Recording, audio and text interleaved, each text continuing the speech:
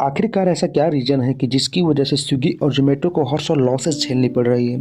तो इन सब की बात करने वाले हैं इस वीडियो में, तो अंत तक बने रहिएगा।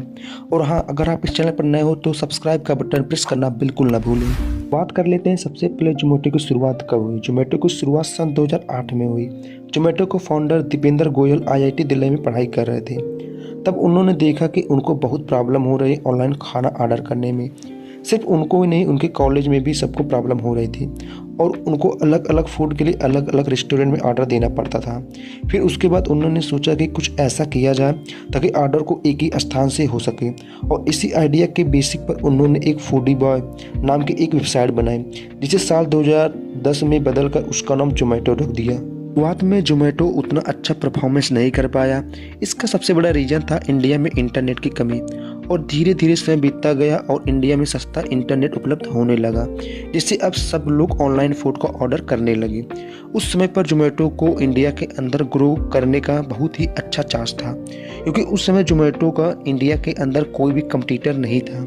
लेकिन ज़ोमैटो का ये भी अच्छा दिन बहुत टाइम पर नहीं टिक पाया, कि उनका सबसे बड़ा कंपटीटर स्विगी 2014 में इंडिया में आ गया। शुरुआत में स्विगी पर भी सिर्फ 30 ही रेस्टोरेंट लिस्टेड थी, लेकिन 2019 आते आते स्विगी ने पूरे मार्केट में अपना दबदबा बना लिया और पूरे भारत में 40,000 से ज़्यादा रेस्टोरेंट खोल दिया। और यहीं पर शुरुआत हुई दोनों की नंबर 1 पर राज करने की लड़ाई।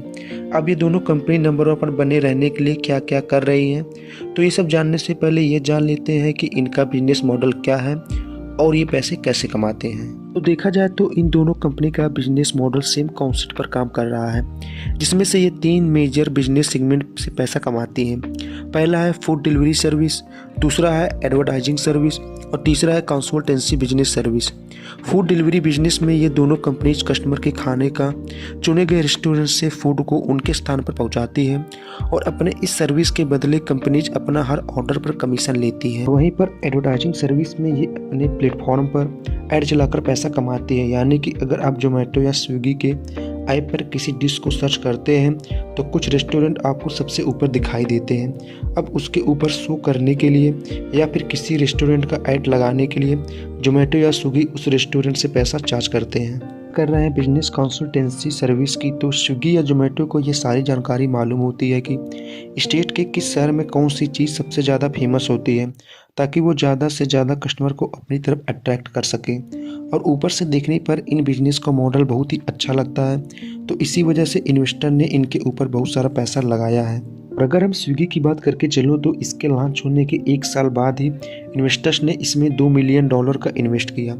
और वहीं ज़ोमैटो का उनका पहला इन्वेस्टर 2010 में मिला था, जो भारत के फेमस बिजनेसमैन और इन्वेस्टर संजीव बिखचंदानी जी थे, जिन्होंने इस कंपनी पर $1 मिलियन की फंडिंग की थी।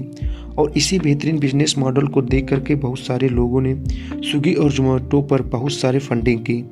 और इसके बावजूद भी ऐसा क्या रीज़न है जिसकी वजह से ये दोनों कंपनीज लगातार लॉस झेल रही हैं। दोस्तों, हम इसकी वजह जानने के लिए इंडिया की फूड डिलीवरी मार्केट का कंपैरिजन US के मार्केट के साथ करें तो पता चलता है कि 2020 में इंडिया की जो फूड डिलीवरी मार्केट $3 बिलियन की थी, वो 2025 तक $13 बिलियन का क्रॉस कर जाएगी। वहीं US की 2020 में फूड डिलीवरी मार्केट $18.5 बिलियन की थी, जो कि आने वाले 5 सालों के अंदर $34 बिलियन हो जाएगी।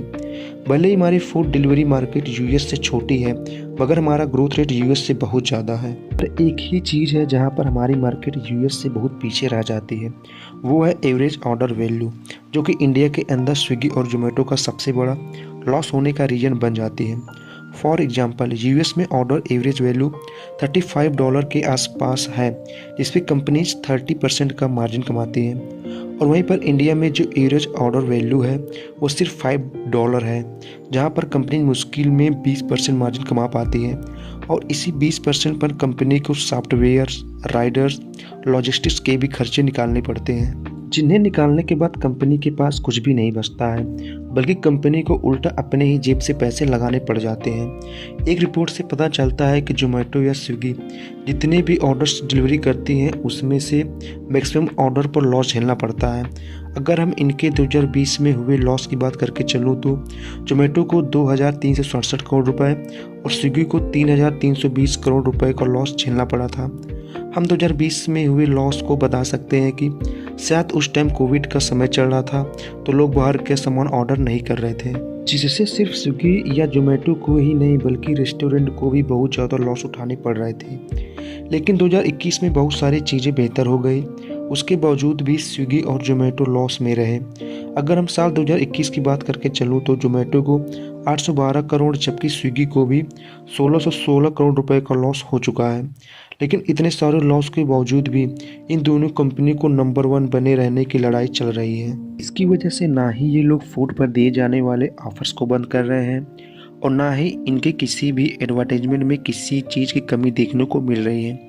अगर हम सिर्फ फूड आइटम पर दिए जाने वाले छूट की बात करके चलूँ तो ये दोनों कंपनीज कस्टमर को 30 से 40% छूट की ऑफर्स देते ही रहते हैं। हालांकि वो लोग इन ऑफ़र को कवर भी कर लेते हैं, क्योंकि अगर कोई भी डिश रेस्टोरेंट में 100 रुपये की होती है तो ये लोग पहले ही उसको 130 से 140 रुपये कर देते हैं। तो यहाँ से दिए जाने वाले डिस्काउंट वो लोग यहीं पर ही कवर कर लेते हैं। वहीं पर रेस्टोरेंट के मालिक को अपने ही रेस्टोरेंट में खाना खिलाने से ज़्यादा प्रॉफिट उसको डिलीवर करने में होता है, इसलिए वो स्विगी या जोमेटो को 15 से 20% का डिस्काउंट भी दे देते हैं। इसी तरह से कंपनीज अपना 30 से 40% डिस्काउंट कुछ हद तक कवर करके नो लॉस नो प्रॉफिट पर फूड डिलीवर कर रहे हैं। लेकिन लॉजिस्टिक सॉफ्टवेयर और डिलीवरी बॉय को दिए जाने वाले पैसे कंपनी को अपने जेब से ही देने पड़ते हैं, जिससे कई सालों से ये कंपनीज घाटों का बिजनेस कर रही है। इन्वेस्टर्स हर साल यही उम्मीद लगाकर बैठे रहते हैं कि नेक्स्ट ईयर से जोमेटो या स्विगी प्रॉफिटेबल हो जाएंगे, लेकिन उन्हें हर साल निराशा ही लगती है। तो इसी वजह से जोमेटो और स्विगी ने कई नया बिजनेस स्टार्ट कर दिया ताकि उससे जोमेटो और स्विगी को प्रॉफिट हो सके। अब तो आने वाला टाइम ही बताएगा कि ये बिजनेस आने वाले टाइम पर कितना सक्सेस हो पाता है और कितना नहीं।